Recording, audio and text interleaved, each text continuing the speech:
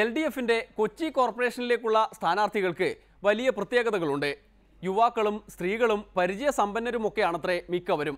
35 സ്ത്രീ സ്ഥാനാർത്ഥികളെ അണിനിരത്തി 52% വനിതാ പ്രാതിനിധ്യമാണ് ഇടതുപക്ഷം കൊച്ചി കോർപ്പറേഷനിൽ ഉറപ്പാക്കിയിരിക്കുന്നത്.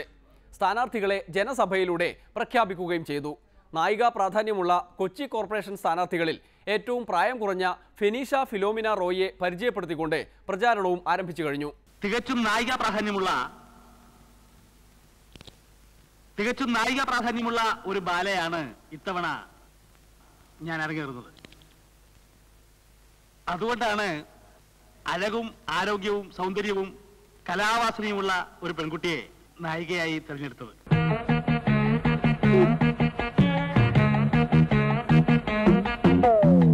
രോഹിണി എത്രാമത്തെ വയസ്സിൽ അഭിനയിക്കാൻ തുടങ്ങിയത്?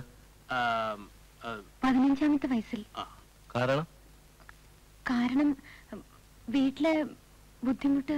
പിന്നെ ബുദ്ധിമുട്ട് എന്ന് ഉദ്ദേശിച്ചത് ഈ ജന്മവാസന പ്രകടിപ്പിക്കാനുള്ള അവസരം കിട്ടാതെ വരിക എന്നുള്ള അർത്ഥത്തിലാണ്. പിന്നെ ഈ തറവാട്ടിൽ കൊള്ളാവുന്ന വീട്ടിലെ പെൺകുട്ടികൾക്കുള്ള ചില തടസ്സങ്ങൾ. അതെ,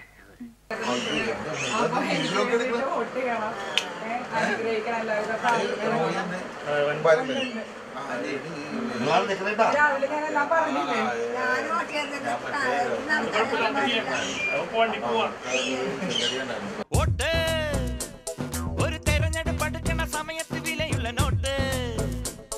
ഈ നോട്ട് ചുടു മനസ്സിന്റെ നിറമുള്ള മഷി കൊണ്ട് വിധിയിട്ട ചീട്ട്.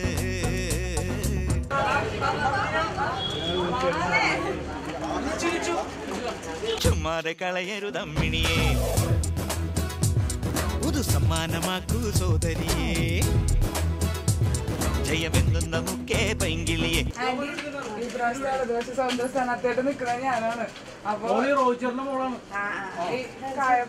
ഇനിയൊന്നുമില്ലേ?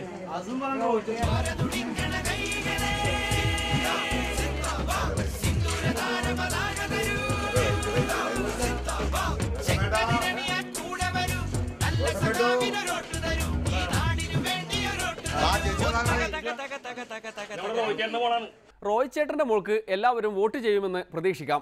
എന്തായാലും കൊച്ചിയിൽ യുവാക്കളുടെ കാര്യത്തിലും ആർക്കും സംശയമില്ല. യുവപ്രതിനിധികളിൽ CPIയുടെ സന്തോഷിന്റെ വോട്ട് പിടുത്തം അടുക്കളയിലെ മീൻചട്ടി വരെ നീളുന്നതാണ്.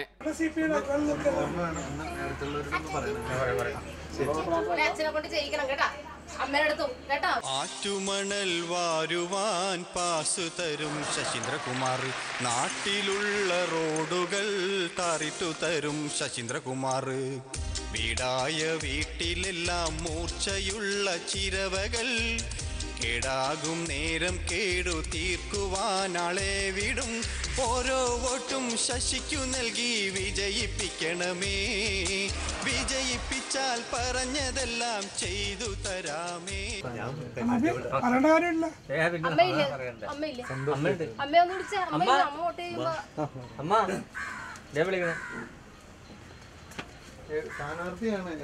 നമസ്കാരം. നമസ്കാരം മുതലാളി. മുതലാളിന്നോ? ഞാൻ നിങ്ങളെ ശശിയല്ലേ ശിവേട്ട. നിങ്ങൾ ഇന്നൊന്ന് അനുഗ്രഹിച്ചാള് നന്നായി വാ മോനെ. അനക്കെന്റെ ഒരു വോട്ടല്ല 2 വോട്ട് തരും. 2 വോട്ട് ഇത് അസാധുവായി പോവേ.